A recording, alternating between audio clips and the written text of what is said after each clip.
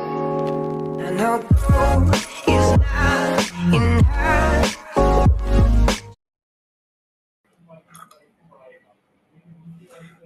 Hello friend, welcome to Trade Orbit. ଆପଣ ଆଜି ମୁଁ ଯେଉଁ ପ୍ରକାର ଡେଲି ପୋଷ୍ଟ ମାର୍କେଟ ଆନାଲିସିସ୍ କରୁଛି ଆଜି ସେଇ ଅନୁସାରେ ମଧ୍ୟ ଆନାଲିସିସ୍ କରିବା ଯେ ଆମେ ଯେଉଁ ଷ୍ଟାଇଲ ଅଫ୍ ଟ୍ରେଡିଂରେ ଆମେ ଟ୍ରେଡ୍ କରୁଛନ୍ତି ଏବଂ ଯେଉଁ ଇଣ୍ଡିକେଟର ବା ପାରାମିଟରକୁ ଫଲୋ କରୁଛନ୍ତି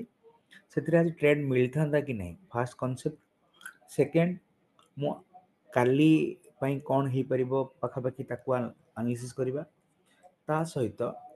ଆମେ ଆଜି ଆଉ ଗୋଟିଏ ମୁଁ ସେଇ RSI ଆଉ ବୋଲିଞ୍ଜର ବ୍ୟାଣ୍ଡର ଆଉ ଗୋଟିଏ ଟ୍ରେଡ୍ ସେଟଅପ୍ ମଧ୍ୟ ମୁଁ ଆପଣଙ୍କୁ ବତେଇବି, ତାକୁ ମଧ୍ୟ ଆପଣ ପ୍ରାକ୍ଟିସ୍ କରିବେ। ଓକେ, ଚାଲନ୍ତୁ। ମୁଁ କାଲି ଆପଣଙ୍କୁ କ'ଣ କହିଥିଲି? କାଲି ମୁଁ କହିଥିଲି ଯେ ମାର୍କେଟ ଆଜି ଗ୍ୟାପ୍ ଅପ୍ ହେଇପାରେ ବା ଏବଂ ତାପରେ ଆପଣଙ୍କର ମାନେ ତାପରେ ହୁଏତ ମାର୍କେଟ କରେକ୍ସନ୍ କରିପାରେ, କିନ୍ତୁ ମାନେ ଗ୍ୟାପ୍ ଅପ୍ ହବାର ଚାନ୍ସ ଅଛି। ଆଜି ଆପଣ ବି ଯଦି ଅବଜର୍ଭ କରିବେ, ଠିକ୍ ଆପଣ ଆଜି ଦେଖନ୍ତୁ, ଆଜି ଷ୍ଟାର୍ଟିଂ ମାର୍କେଟ ହେଲା, ମାର୍କେଟ ଆଜି ଷ୍ଟାର୍ଟରେ ଆମର ଏଇ କାଲି ବନ୍ଦ ହେଇଥିଲା ଆପଣଙ୍କର 24,462ରେ ଫ୍ୟୁଚର ମୁଁ କହୁଛି, ଏବଂ ଆଜି ଓପନ ହେଲା 24,483 ଏବଂ କଣ୍ଟିନ୍ୟୁ ହେଲା ଅପ୍ ଟୁ 24,535। ତା ମାନେ ଆମର ଆନାଲିସିସ୍ ଠିକ୍ ଥିଲା। ତାହେଲେ ଆମେ କୋଉ କନସେପ୍ଟକୁ ଅବଜର୍ଭ କରିଥିଲେ ଏବଂ କୋଉ ହିସାବରେ ଆମେ ନେଇଥିଲେ? କାଲି ମୁଁ କହିଥିଲି ଆପଣଙ୍କୁ PVT ଏବଂ RSI ର ପୋଜିସନ ଅନୁସାରେ ବତେଇଥିଲି ଯେ ମାର୍କେଟ ଏଇଠୁ ଯିବ। ଠିକ୍ ଅଛି।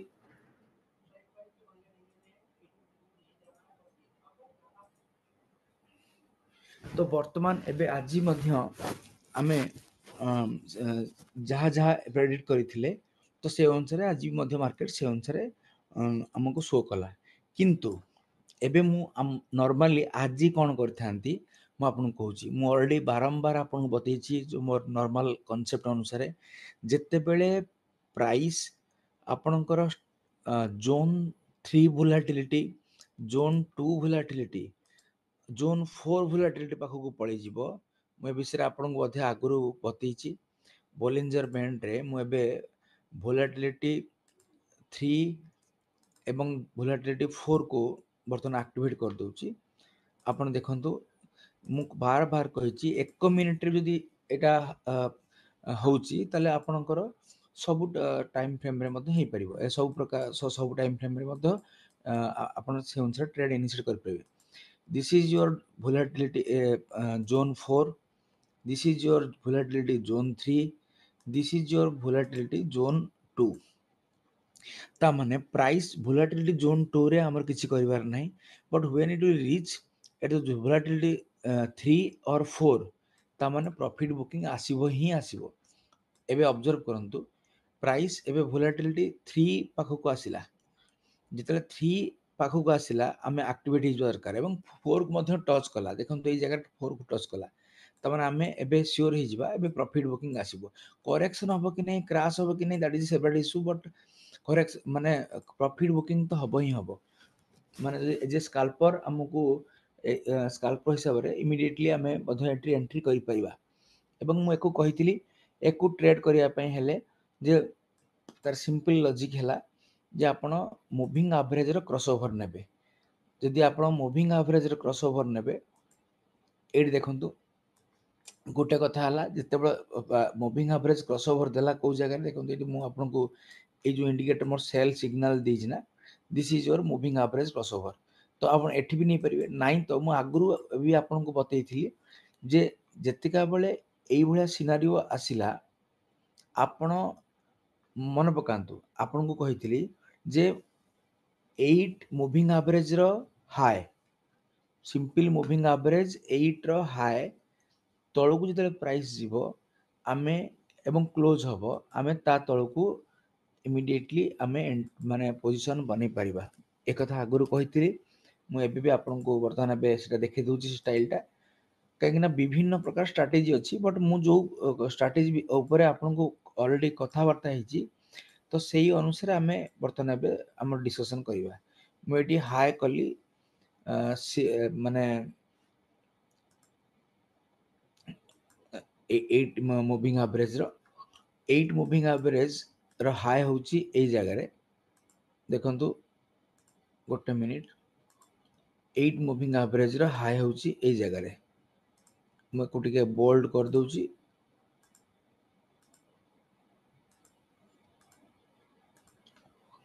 ତାମାନେ ଏଇ ଜାଗାରେ ଯଦି ଆପଣ ଏଣ୍ଟ୍ରି କରିଥାନ୍ତେ, ହୁଏତ ଏତିକି ଆପଣଙ୍କର ଷ୍ଟପ୍ ଲସ୍ ହେଇଥାନ୍ତା, ଆପଣଙ୍କୁ ପ୍ୟାନିକ୍ କରିଥାନ୍ତା। ସେଇଥିପାଇଁ ମୁଁ ଆପଣଙ୍କୁ ଯୋଉ ପାରାମିଟର ବତେଇଛି ଯେ ଆପଣ ମାନେ 8 ମୁଭିଂ ଆଭରେଜ ର ହାଇ ତଳେ କ୍ଲୋଜ ହବାକୁ ୱେଟ୍ କରିବେ। ଆପଣଙ୍କର 8 ମୁଭିଂ ଆଭରେଜ ର ହାଇ ର ତଳେ କ୍ଲୋଜ ହେଲା ଇନ୍ ଦିସ୍ କ୍ୟାଣ୍ଡେଲ। ମନେ ପକାନ୍ତୁ ଏଠି ଏଇ କନସେପ୍ଟ ମୁଁ ଆଗରୁ ବତେଇଥିଲି, ଏବଂ ଅବଜର୍ଭ କରନ୍ତୁ କୋଉ ଜାଗାରେ ମୁଁ କହୁଛି। ଏଇ କ୍ୟାଣ୍ଡେଲ 8 ମୁଭିଂ ଆଭରେଜ ତଳେ ପ୍ରାଇସ୍ କ୍ଲୋଜ ହେଲା, ଯେତେବେଳେ ପ୍ରାଇସ୍ ଏଠି କ୍ଲୋଜ ହେଲା, ୟା ତଳେ ଆମେ ସେଲ୍ କରିବା, we will sell here। ତାମାନେ ଏଇ ଜାଗାରେ ଯଦି ସେଲ୍ କଲେ, ଏବେ କେତେବେଳେ ପର୍ଯ୍ୟନ୍ତ ୱେଟ୍ କରିବା, ସେଇ ଏକା କନସେପ୍ଟ। ଆମେ ଆମର ଏଣ୍ଟ୍ରି ଥିଲା ଏଠି, ତାମାନେ ଆମର ଏବେ 1:1.5, ନାଇଁ ତ 1:2, 1:3 ରେ ଆମେ ନବା, ନାଇଁ ତ ଆଉ ଗୋଟେ କନସେପ୍ଟ ଆପଣଙ୍କୁ ବତେଇଥିଲି, ଯେତେବେଳେ 8 ମୁଭିଂ ଆଭରେଜ ର लो 8 ମୁଭିଂ ଆଭରେଜ ର लो ଉପରେ କ୍ଲୋଜ ହେଇଯିବ, ତାମାନେ କୋଉଠି କ୍ଲୋଜ ହେଲା, ଦେଖନ୍ତୁ ଏଠି ଉପରେ କ୍ଲୋଜ ହେଲା ଇନ୍ ଦିସ୍ କ୍ୟାଣ୍ଡେଲ, କ୍ଲିୟର। ତାମାନେ ମୁଁ ଏଇଠି ଏକ୍ଜିଟ୍ କରିଯିବି, ତାପରେ ହୁଏତ ପ୍ରାଇସ୍ ତଳକୁ ଗଲା, ତା ସହିତ ମୋର ଲେନ ଦେନ ନାହିଁ। ମୋର ଏଇ ଜାଗାରେ 8 ମୁଭିଂ ଆଭରେଜ ର ଉପରେ କ୍ଲୋଜ ହେଲା। ଏବେ ଦେଖିଲେ କନସେପ୍ଟ, ସିମ୍ପଲ ମୁଭିଂ ଆଭରେଜ 8 ର ହାଇ ରେ ଆମେ ତଳକୁ ସେଲ୍ କଲେ, ଏବଂ ସିମ୍ପଲ ମୁଭିଂ ଆଭରେଜ ର 8 ର लो ର ଉପରେ ଆମେ ଏକ୍ଜିଟ୍ କଲେ। କେତେବେଳେ ଆମେ ଏଇଭଳିଆ ନବା, ଏଇଟା ସ୍କାଲ୍ପିଂ ମେଥड, 1 ମିନିଟ୍ ଚାର୍ଟରେ ଆମେ ଅବଜର୍ଭ କରୁଛନ୍ତି। କଣ୍ଡିସନ କ'ଣ ନା, କଣ୍ଡିସନ ହେଉଛି ଆପଣଙ୍କର ଯଦି ପ୍ରାଇସ୍ ଗ୍ୟାପ୍ ଅପ୍ରେ ଜୋନ୍ 3 କିମ୍ବା ଜୋନ୍ 4 ପାଖକୁ ଯାଇଥିବ, ସେଠୁ ଆମେ ଏଇ ମେଥଡରେ ଏଣ୍ଟ୍ରି ବା ଏକ୍ଜିଟ୍ କରିପାରିବା, ଆମ ପୋଜିସନକୁ ଏଠି ହୋଲ୍ଡ କରିପାରିବା। ଛାଡ଼ନ୍ତୁ ଏ କଥା, ଏଥିରେ ଆପଣ ଯଦି ସପୋଜ ଆଉ ଟିକେ କନଫର୍ମ ହେବାକୁ ଚାହୁଁଛନ୍ତି, ବା ଏତେ 1 ମିନିଟ୍ ସ୍କାଲ୍ପର ହିସାବରେ ନ ଯିବାକୁ ଚାହୁଁଛନ୍ତି, ତାହେଲେ ଆପଣ ସିମ୍ପଲି 3 ମିନିଟ୍ ମଧ୍ୟ କୁ ଫଲୋ କରିପାରିବେ। 3 ମିନିଟ୍ରେ ଯଦି ଆପଣ 3 ମିନିଟ୍ ଅନୁସାରେ ଯିବେ, ସେଇ ଏକା କନସେପ୍ଟ, ଆପଣ ସେଇ ହାଇ ତଳେ ବି ହାଇର ତଳେ କ୍ଲୋଜ ହେଲେ ଆପଣ ବି ସେଲ୍ କରିପାରିବେ। ତାହେଲେ ଦେଖନ୍ତୁ ଆପଣଙ୍କୁ ଟ୍ରେଡ୍ ଏଠି ମିଳି ବି ନଥାନ୍ତା, ସେଇ ସେମ୍ ଜାଗାରେ ଏବେ ଟ୍ରେଡ୍ ମିଳିଲା ଏଇ ଜାଗାରେ, ଦେଖିପାରୁଛନ୍ତି। ମାନେ 8 ମୁଭିଂ ଆଭରେଜ ର ହାଇ ତଳେ लो ତଳେ, ସରି 8 ମୁଭିଂ ଆଭରେଜ ହାଇ ର ତଳେ ଯେତେବେଳେ ପ୍ରାଇସ୍ କ୍ଲୋଜ ହବ, ଏଇ ଜାଗାରେ କ୍ଲୋଜ ହେଲା, ଅବଜର୍ଭ କରନ୍ତୁ, ଆମେ ତା ତଳେ ଆମେ ବିକିବା। ତାମାନେ ଦେଖନ୍ତୁ ପ୍ରାଇସ୍ ଟା ଏଇ ଜାଗାରେ କ୍ଲୋଜ ହେଲା, ତେଣୁ ଏଇ କ୍ୟାଣ୍ଡେଲ ତଳେ ଆମେ ସେଲ୍ କରିବା। ଆମେ ସେଲ୍ କଲେ ତ ଆମର ବର୍ତ୍ତମାନ 1:1.5, 1:2 और 1:3 ହିସାବରେ ଆମେ ପ୍ରଫିଟ୍ ବୁକ୍ କରିବା। ନହେଲେ ଯୋଉ କଥା ମୁଁ କହିଛି, ଭେରି ସିମ୍ପଲ ଲଜିକ, ଆପଣ ଏଇ 8 ମୁଭିଂ ଆଭରେଜ ର लो କୁ ଅବଜର୍ଭ କରିବେ, ପ୍ରାଇସ୍ ଯେତେବେଳେ लो ଉପରେ କ୍ଲୋଜ ହେଇଯିବ, ଇମିଡିଏଟଲି ଆପଣ ଏକ୍ଜିଟ୍ କରିଯିବେ। ତାମାନେ ଆପଣଙ୍କର ଏଣ୍ଟ୍ରି ଏଠି ଥିଲା, ଆପଣଙ୍କର ଏକ୍ଜିଟ୍ ଏଠି ହେଇଗଲା, କ୍ଲିୟର। ଏଇଟା ହେଉଛି ଆପଣଙ୍କର ସିମ୍ପଲ ଲଜିକ। ତାମାନେ ଏ ୱେରେ ଆପଣ ମଧ୍ୟ ଆଜି ଟ୍ରେଡ୍ ନେଇ ପାରିଥାନ୍ତେ, ଏଜ୍ ଏ ସ୍କାଲ୍ପିଂ ମେଥଡ ଆପଣ ପ୍ରଫିଟେବୁଲ ବି ହେଇଥାନ୍ତେ। ଏବେ କନସେପ୍ଟ ହେଉଛି ଯେ ଏ କନସେପ୍ଟରେ ଆମେ କ'ଣ ଏଠି ଦେଖିଲେ, ଏଠି ସିମ୍ପଲି ଦେଖିଲେ ଯେ ଭୋଲାଟିଲିଟି କନସେପ୍ଟ, ଭୋଲାଟିଲିଟି କନସେପ୍ଟ ଅନୁସାରେ ଆମେ ଟ୍ରେଡ୍ ଇନିସିଏଟ୍ କଲେ, କିନ୍ତୁ ଏବେ ନେକ୍ସଟ ଆଉ କିଛି କନସେପ୍ଟରେ ବି ଏଣ୍ଟ୍ରି କରିପାରିଥାନ୍ତେ କି, ବାଏ କି କୌଣସି ୱେରେ ଏଣ୍ଟ୍ରି କରିପାରିଥାନ୍ତେ କି? ସେଥିପାଇଁ ମୁଁ ଆପଣଙ୍କୁ ପୁଣି କଥା ହେବି ଯେ ଆପଣ ଏବେ ଯିବେ କୋଉଠି, RSI କୁ ଯିବେ। RSI କୁ ଗଲେ ମୁଁ ଆପଣଙ୍କୁ ବତେଇଥିଲି, RSI ରେ ମୁଁ ଏବେ ଆକ୍ଟିଭେଟ୍ କରୁଛି ସବୁ ଗୁଡ଼ାକ। ଏଠି weekly RSI, daily RSI, 1 hour RSI, and chart अनुसार टाइम फ्रेम अनुसार आरएसआई तमाने आपण एटी ऑब्जर्व करंतु जदि प्राइस रे आमे कोनोसी भी गोटे कंडीशन आमे देखंतु स्टार्टिंग रा हमर मार्केट खुलिला ए समय रु मो या परठारु एबे एनालिसिस करबी मो चालिली बर्तन एबे आरएसआई को तमाने देखंतु एटा होची मोर हॉरिजॉन्टल लाइन जोटा डे सेपरेट लाइन एबे प्राइस ओ माने आपणकर ए जो रेड टा जोटा रेड लाइन ऑब्जर्व करंतु एटा होची आपणकर डेली रो आ ए जो ग्रीन लाइन टा होची एटा होची आपणकर आवरली आरएसआई एटा होची daily RSI and this is your hourly RSI देखंतु डेली आरएसआई वर्तमान पॉजिटिव अछि कि नेगेटिव अछि डेली आरएसआई 60 ऊपर अछि पॉजिटिव ओवरसोल्ड हेछि 70 ऊपर जाइछि ना जाइनि माने ऑप्टिक अछि तो हमें एंट्री कर परबा एज ए बायर्स कर परबा सेकंड आपनकर आवरली आरएसआई कोन अछि सेम थिंग अछि तमन दी जन जाक कहउछंती जे बाइंग आसी परिबो किन केतला हम बाय करबा आकुर आकुम बतैथिली हमर सना ट्रेंड कहिला मु आउ थरे कहउची डेली आवरली एंड आपनकर वीकली ये सब आपन ट्रेंड एनालिसिस करेबो किंतु आपन एंट्री टा के कहबो एंट्री कहबो जे जो टाइम फ्रेम रे आपन एंट्री करिवे तार जो 14 पीरियड आरएसआई आपन को एंट्री दबो त माने 14 पीरियड आरएसआई जेतला पर्यंत ओवरसोल्ड न हबो तो आमे एक कथा भाबिबा ही नै जे आमे बाय करबे कोन करबा तो ओवरसोल्ड पे केते तळ बुझवा कर आपन को 30 तळ को आरएसआई गले आमे तापर प्लान करबा देखंतु आरएसआई पाखा पाखी 20 पाखा पाखी को आसी गला त माने आमे एठी एई जगह रे प्लान करबा जे बाइंग रे जिबा की जिबा नाही क्लियर तमाने मु एई जगह रे आपन को एठी गोटे ड्रा कर देली पुनी वर्टिकल लाइन देखंतु प्राइस तापर कोन हेछि देन आफ्टर प्राइस एठू टर्न कला कि कलानी प्राइस टर्न कला ताले आपन कोन बुझिले by simply observing the RSI रो वीकली डेली एंड आवरली से आपन को ट्रेंड एनालिसिस करे दबो एवं तापर ये आपन को जो माने 14 पीरियड आरएसआई आपन को एंट्री दे दबो ये मेथड रे भी हमें एंट्री करि परथांते क्लियर तो एई दुईटा कांसेप्ट रे हमें ट्रेड रे पसी परथांते एवं प्रॉफिटेबल हेथांते मु आज आउ गुटी कांसेप्ट आज आपन को एबे इंट्रोड्यूस करेबी बहुत बढ़िया कांसेप्ट है तो मु आगुरु कहिछि जे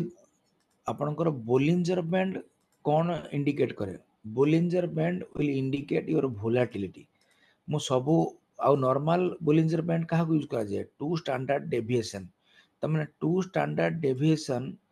रे आमे प्रथमे देखिबा जे जिमिति मु कोन कहली जे आपनकर बोलिंजर बैंड रे जेतिका बेले ओवरसोल्ड हे जाउची ओवरसोल्ड आ ओवरबॉट कोन वेरी सिंपल लॉजिक ऑब्जर्व करंतु प्राइस जेते बेले लोअर बोलिंजर बैंड को आसीबो तो lower Bollinger band now behave like a spring से प्राइस को पूर्ण फिंगी दबो अपर बोलिंजर बैंड पाखु पुणी अपर बोलिंजर बैंड पाखरे जेते बेले प्राइस जाई टच करिवो तो अपर बोलिंजर बैंड पुणी प्राइस को थ्रो कर दबो to the lower Bollinger band तो एई परि भाबरे प्राइस ऊपर बोलिंजर बैंड रो तळ बोलिंजर बैंड को तळ बोलिंजर बैंड रो ऊपर बोलिंजर बैंड पाखु मूव करे क्लियर तो एटा होची आपनकर माने वोलेटिलिटी अनुसार oversold and overbought very important concept नुवा कांसेप्ट कथा होची आपन टिक ऑब्जर्व करंतु तो सेम थिंग आपनकर एठी जो मु कोन कहली एठी मु एबे आरएसआई रे मु एबे सेम कथा एबे कथा हेली मु कोन कहली जे 14 पीरियड आरएसआई जेतिका बेले आसी कि आपनकर पहुंचिला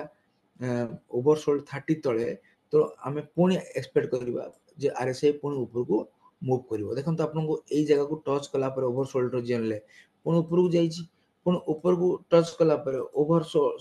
माने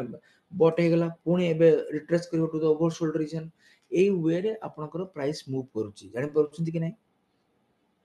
जदि ए वे रे प्राइस मूव करूची तो आमे तमे कोन बुझिले आपनकर आरएसआई रे मध्य वोलेटिलिटी आरएसआई रे मध्य ओवरसोल्ड ओवरबॉट एवं आपनकर बोलिंजर बैंड वोलेटिलिटी मध्य ओवरसोल्ड ओवरबॉट आमे ऑब्जर्व करूछंती एवं तांको जे कोरिलेशन आपण ऑब्जर्व करंतु जदि एई जगह देखिवा प्राइस बर्तन लोअर बोलिंजर बैंड को टच करछि, then it is oversold or overbought, it is oversold. Clear? सेही समय RSI कौन है? RSI Madhya oversold or overbought. At the same time RSI also in oversold condition. तमन ए जगह मध्य RSI मध्य oversold ହେଇଛି, observe କରୁଛନ୍ତି ଏବେ। तमन एठी RSI oversold एवं आपनका volatility Bollinger Band रे मध्य oversold, ऑब्जर्व करम, this is oversold and this zone is also oversold. Clear एबे? तमन दीटा जाक एबे oversold, तमन दीटा जाक oversold माने आपण एटु कोन क्लू कले? नॉर्मली RSI जदि ओवरसोल्ड हबो तने ओवरबॉट पाखु जीवो, जेमिति एटी ओवरसोल्ड हैला तापरे मूव कला टू द ओवरबॉट, सेमति जते ओवरबॉट पाखु जीवो देन ओवरसोल्ड पाखु मूव करबो, त माने एमति तो फ्लक्चुएट करबो ना RSI। प्राइस भी कोन करी देखंतु, दिस इज ओवरसोल्ड पुनी गला अपर बैंड को, अपर बैंड ओवरबॉट पुनी बे आसीबो तळ बैंड को, तो it will also fluctuate in this horizon. तो एबे आपण पछिरे आपण कोन कहउ चाहउछंती? मु कहउ चाहउची जेमिति RSI रे डाइवर्जेंस देखा जाउची, सेमति केते बेले वोलाटिलिटी एंड स्ट्रेंथ। मु आपन बारंबार कहिची Bollinger band behave as a volatility indicator और स्ट्रेंथ इंडिकेटर। बोलिंजर बैंड आपनकर वोलाटिलिटी इंडिकेटर, ठीक अछि। तो सेमती आपनकर RSI टा को indicator? RSI is a strength indicator, momentum indicator. तेणु एबे स्ट्रेंथ आउ मोमेंटम रे माने जदि डाइवर्जेंस देखागला ता माने कोन मु आपन बुझे दउची। जदि आपण आपनक पिला सहित पड़े जाइछंती, छोट पिला प्रायत माने दौड़ा दौड़ी करिवो, इमिडिएटली गुड जगह आ गुड जगह धाई पळे जीवो। जदि रास्ता रे जाउची जोर जोर चल चली पळे जीवो, आपण से स्पीड रे जाई परिबे नै। किंतु जदि आपण से पिला बहुत बाट को पळे गला, देन आफ्टर एबे जाई कि गुड जगह रे ठिया हबो कि नै, कारण से बाट देखि कि नै,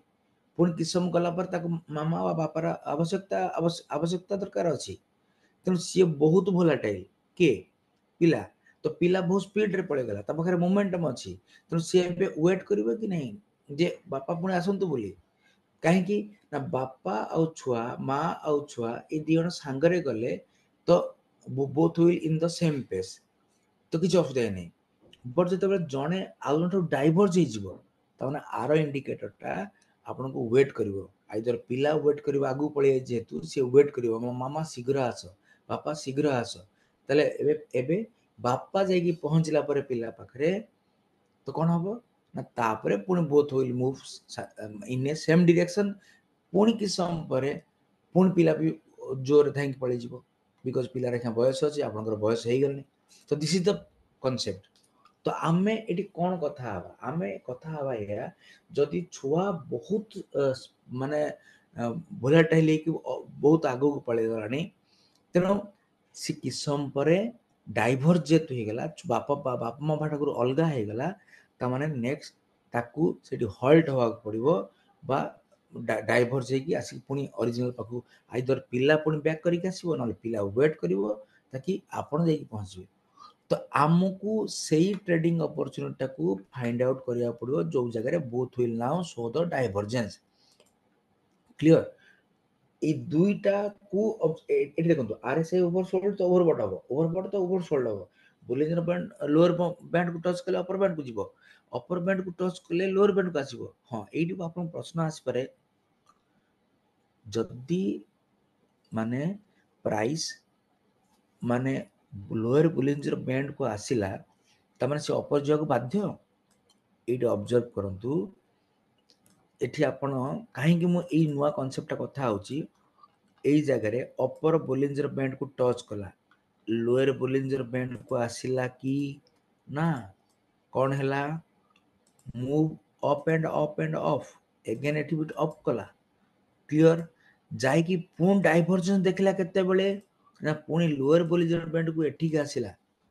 ताल जदि आपण एई समय रे एंट्री करी थांते ताल तो आपण कहबे नाही एठी आसीगला मु एबे बिकी देबी, तने काहे कि ना प्राइस ए जगह को आसीबो।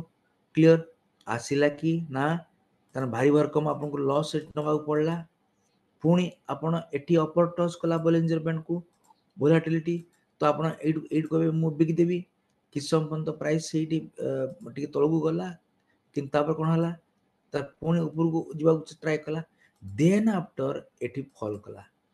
तो आपण कहबे मु कहिथिल ना एटी फॉल करिवो अरे बाबा ता भीतर तो एई पाखरु एई पर्यंत लॉस ही चले ना